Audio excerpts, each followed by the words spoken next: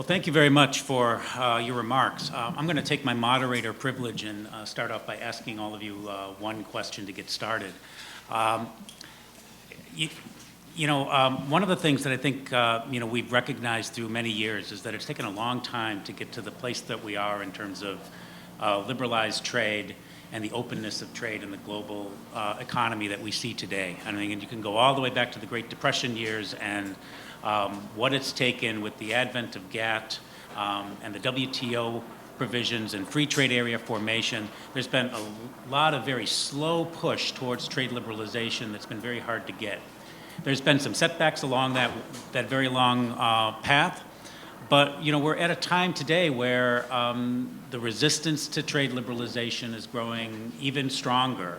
There's a there's a theory about trade liberalizing agreements that, the bicycle theory of momentum, that you need to keep the momentum moving forward in order to have any chance to keep free trade or freer trade liberalization ideas at the forefront. But now we're facing kind of the strongest pushback towards trade liberalization, I think, that we've seen. And it's not just in the United States, it's elsewhere in the world. So the question I have is for all of you. We'll do questions and answers from the crowd, and if you keep your remarks to about 2 minutes or so, like we're in a presidential debate, that would be great. But what are some of the strategies that I think we're all supporters up here of trade liberalization in general, recognize that there's some costs associated with it, but we need to communicate better if we want to continue the momentum forward.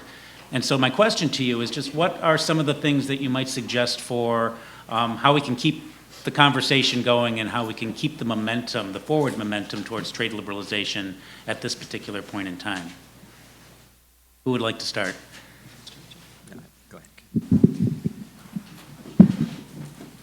That, of course, is a very important question. And I think that there is a great deal of misinformation on trade out there. And I think what we're seeing in the 21st century is rapid change in our economy, mostly not due to trade. It's mostly due to technological change, et cetera. But trade is something that's easy to pinpoint and politically can be advantageous to certain groups.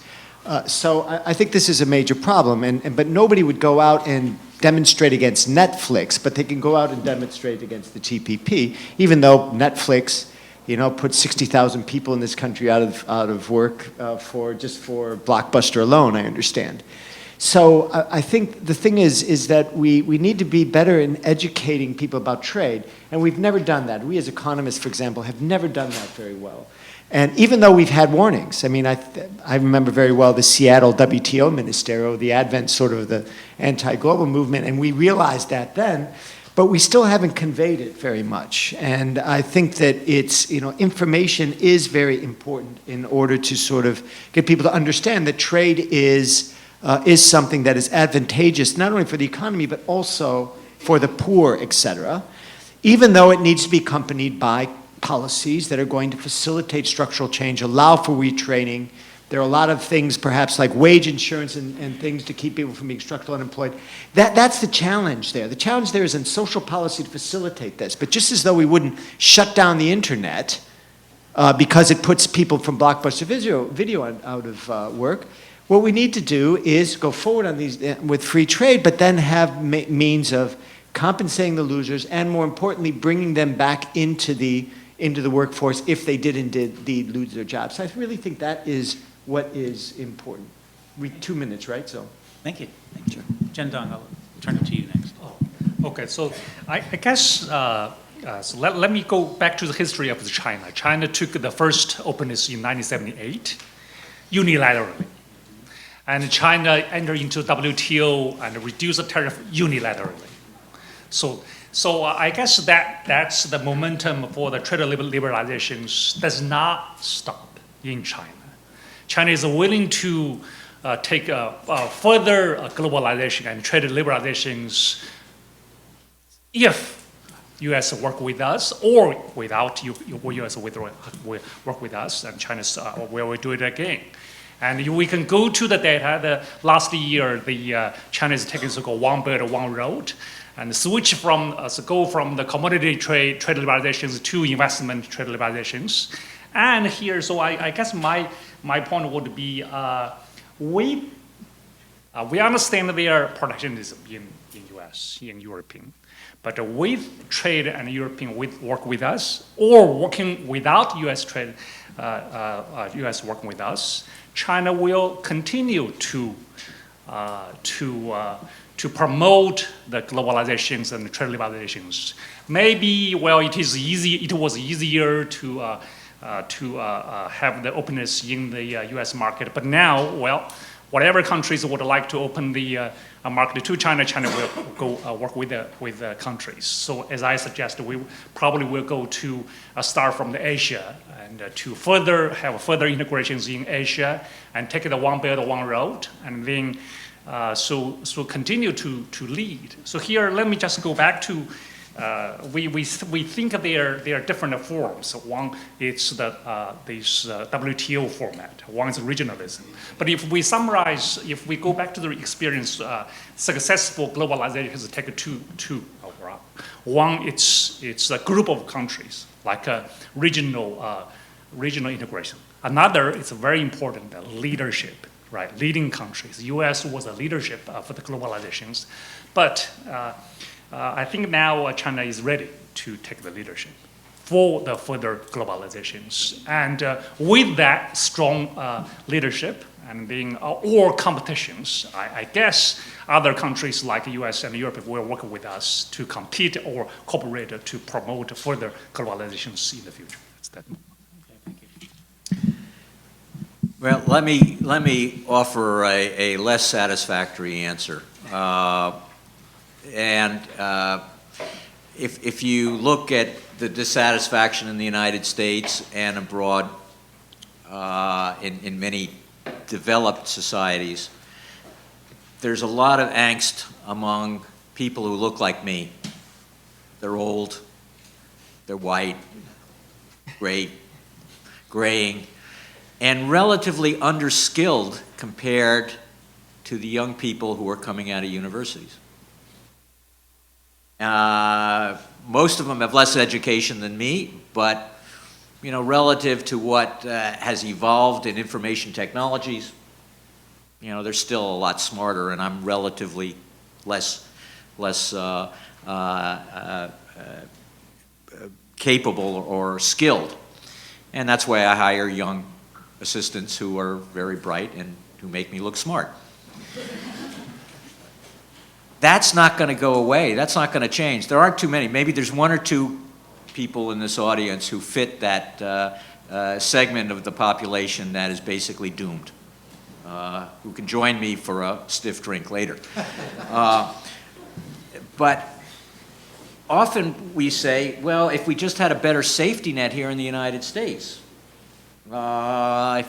Europe provides for the disadvantaged much better. Not well, but much better than the United States. But still there's a problem, a big problem in Europe. So even if we enhanced our social programs, which the Congress is not going to do because of budgetary constraints and because they have basically squeezed discretionary spending programs to the bare bones over the past 3 decades, there's going to be a demographic, basically, challenge, particularly for these older people, and that's further exacerbated for the next generation once we're out of the way, because there is now global competition. Just look at the audience. But it was true when my daughter went to a private high school in Florida. She had 15 classmates in a small school from China. And they were very bright. And if they didn't speak good English when they came, they spoke good English when they left. And they worked very hard.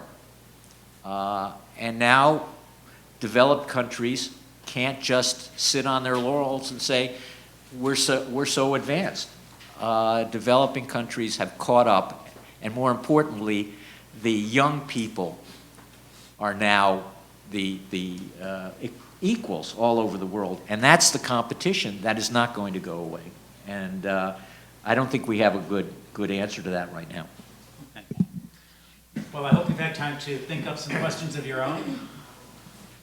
I'll take this question right here. We'll take a couple and then we'll get some short responses from. If you have a particular person to address it to, let us know. And please introduce yourself too. Hi, my name is Zheng Liu from Federal Reserve Bank of San Francisco. It's a very nice set of presentations this morning. I learned a lot. I have some specific questions for Jiandong and also for Michael. Later on, let me start with Jiandong. You talk about 4 factors that has, in an old norm, there are 4 factors that has prompted the expansion of globalization. There are technological, institutional, and these are all like a supply side. You know, it's like what makes countries want to go into global arrangements. But you did not talk about the demand side. For example, we have a big discussion here in the United States and elsewhere about the secular stagnation. So the productivity is slowing and has been slowing since actually 2005. So when advanced economies are slowing down in terms of growth, the demand for trade from emerging market is necessarily going down. So that may be part of the new norm. It's not discussed in your presentation, maybe in your paper. I would like to see your comment or thoughts on that. And the question for Michael and to some extent also for Jeff is about the gains and the losses from international trade or globalization in general. I saw a slide in Michael's presentation that you show that labor gains more than capitalists and even unskilled labor along with skilled labor both gain. And I'm a little bit surprised by that because normally we think about, you know, as Jeff mentioned, some of the unskilled workers would be replaced by outsourcing and other. Since this is a standard traditional international trade issue, we have an average gain. Everybody's better off on average, but there are gains, winners and losers, and we do the appropriate compensation, then everybody should be happier. The political movement now seems to be, you know, the losers are blaming trade for everything exactly because we didn't implement appropriate compensation or transfer policy. But in your presentation, it seems, you know, I'm maybe missing something, that unskilled workers also gained. I would like to hear some comments on that. Okay, let's just take those questions right now. Yeah, so thanks to the questions. The first question is still from a demand side effect. Demand side effect will more reflect the cyclical phenomenon. So I more kind of go to the structure change. However, there are 2 things which makes us optimistic about the demand side effect. One is the global value chain. Right? Global value chain that created the vertical specializations give you a demand side effect. That certainly slow down from the OECD report, from IMF report, and now it's more go to the regional value chain. So that would be a factor why we see the slower growth, trade growth. However, so the market also become larger. Possibly the market become larger. One important reason would be China. China now becomes the largest market in the world, and which is more open. We expect China will cut the tariff again. So to open the domestic market, which could be a strong reason to attract other countries to open the market to China as well. So that probably, so that's why I think the one reason China is willing to lead the 3rd wave, if we can call new wave of globalization. Another reason China is also capable to do at least regionally for the globalization. Okay, thanks for the question. I think, first of all, I think you have in your back of your mind the fact that when we have a trade model, that we get some sort of a Stolper-Samuelson effect whereby in a country like the United States, capital would end up winning and labor losing. We do not get that in the model because this is not a Hexerolian model. This is a more modern model with monopolistic competition and Elliott's sort of assumptions and things. And through that productivity, you get a very different effect on labor. In the United States, you get skilled labor gains, as I mentioned, more than unskilled labor. And unskilled labor about as much as capital, but 60% of the workforce is skilled labor in the data set, so it's pretty big. So that's one part of it. In terms of employment, I have to get a bit into the way that things are modeled. Now, as typically in the CG model of this type, we have to have certain closures, like you closure in terms of the macroeconomic closure, in terms of constant foreign savings, and a macroeconomic closure that would be full employment. And the idea would be is that over this period of 15 years of implementation of a trade agreement, how do you model cycles? It's very difficult to kind of figure out how to do that. I think Paul Krugman said it best when he said, look, in the short run, employment is determined by aggregate demand. In the long run, it's determined by labor supply, and trade is about efficiency gain. So he even called it phony numbers. Let's not look at phony numbers with respect to employment. But in any event, if you look in our model the way it works, remember you've got these changes that are taking place over a 15-year period in the implementation. Part of it's happening every year, right? So it's a relatively low implementation rate. And what you see is you don't see unemployment, you see job changes. And that could be costly in terms of job changes for, across sectors as you have greater efficiency. Now, we calculate those job changes, and those job changes with the TPP would approximately be 0.1% of the usual job churn in the U.S. economy. Very insignificant. So very easy for the economy to tolerate it. And secondly, if you just looked at the gains per job change, you ask yourself the question, hey, okay, so how much, for these job changes, is there enough efficiency gains to pay for them, right? To compensate the losers, if you will. And in the steady state in this model, the gains are about 100 times what the costs would be of the usual job change. So this is what happens. This is just the way the model is sort of set up. Some other questions? There.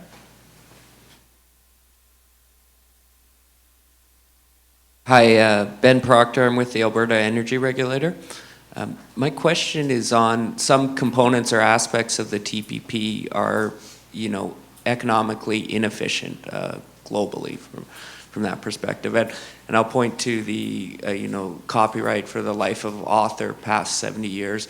Now there's some natural kind of horse trading here and concessions to vested interests, but, is there a way for economists to help kind of surmount that, or do we just have to plug our noses and look the other way? Thank you.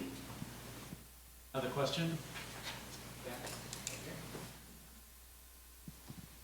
Hi, I'm Tian Zhang. I'm a graduate student here in GW, and my question is especially for Professor Jian Dong. You mentioned that there's no political system consensus in Asia.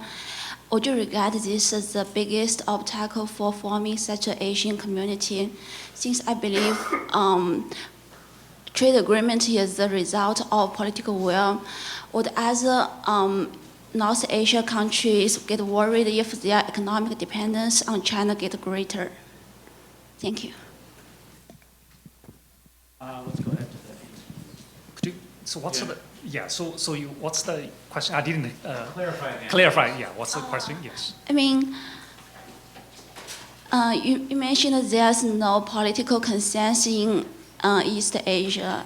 Would other countries get worried if their economic dependence on China get greater, especially given China's more assertive foreign policy in the territorial disputes? Yeah, and how would Beijing deal with this issue?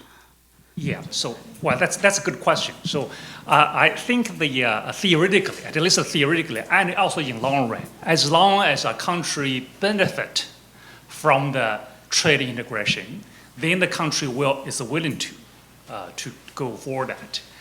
So it is natural because China is the largest market, so other countries would depend more on China. But if you look at it, China has 31 provinces. If 31 provinces is a region, then it is really just a big market. I guess it is understandable in that way. However, there probably would be two reasons why this country could form the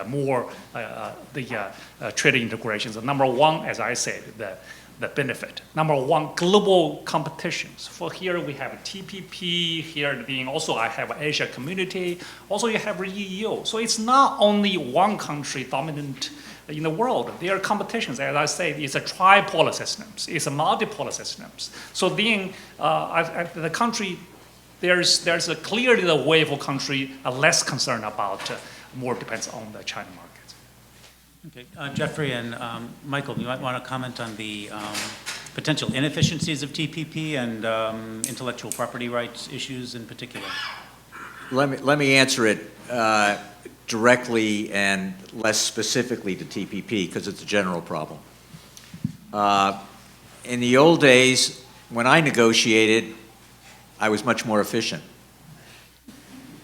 because I didn't have the same degree of domestic political constituencies arguing and fighting over the gains from trade. Essentially, trade negotiations are a two-part process. Domestic negotiations between the negotiators and their political constituents, and negotiations between officials of different countries negotiating with each other. The domestic negotiations are much harder than the international negotiations. And in the old days, certainly in the United States, not many people were worried about what happened in a trade negotiation because the U.S. was generally a closed economy. Trade accounted for about 10% of GDP when I started in this business. It's now 30%. That means a lot of people are concerned about what happens in overseas markets and what foreign competition can do in the U.S. market. And that means that there is this political, gamesmanship or fighting for the distribution of the gains for trade. From that, you get suboptimal outcomes. And this was in the Uruguay round where intellectual property ascended onto the international trade agenda, but it is followed in many other areas as well where compromises are made and to try to gain the requisite political support for the overall benefits for the participating countries. But that can mean that some groups will suffer or receive less and sometimes will lose as a result for the overall gain. And it's the distribution of the gains that has been the source of the big conflicts in the United States, in Europe, and in other countries over the past 10, 15 years.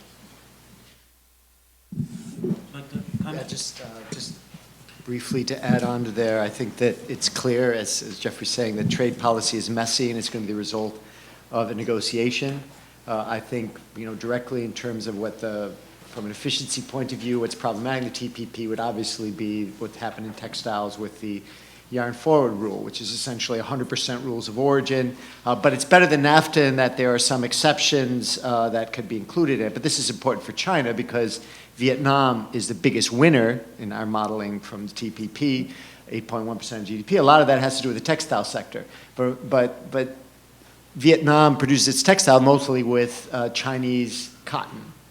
And if you've got 100% rules of origin, that's a problem. You could see for trade diversion, but also making Vietnam less competitive. So it was a very lengthy and not obvious negotiation to try to do that, but it is going to fall short. So as Jeff said, it's going to be a negotiation. But one more thing I would like to mention is it's not clear what to put in these agreements. In this agreement, for example, in any agreement that the U.S. is negotiating, you have to have an environment and a labor chapter. But to some degree, that is controversial. And I would argue that it's amazing what was done with the labor chapter, particularly in the TPP. But do you put labor and environment in the trade chapter when they're being dealt with in other fora? Do you include something on currency manipulation?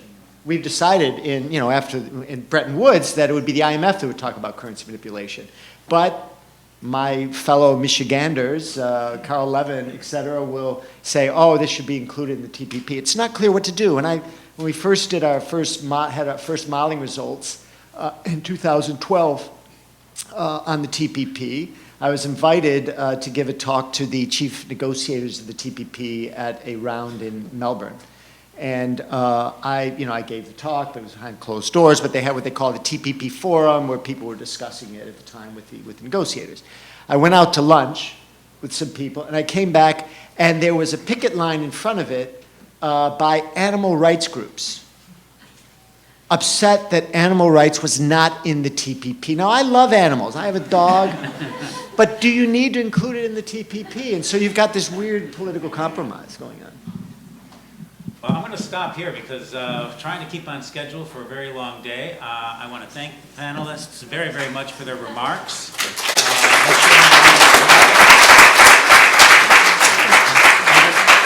We're going to have about a 15-minute coffee break, and you'll have a chance to ask some more questions of them and others throughout the day.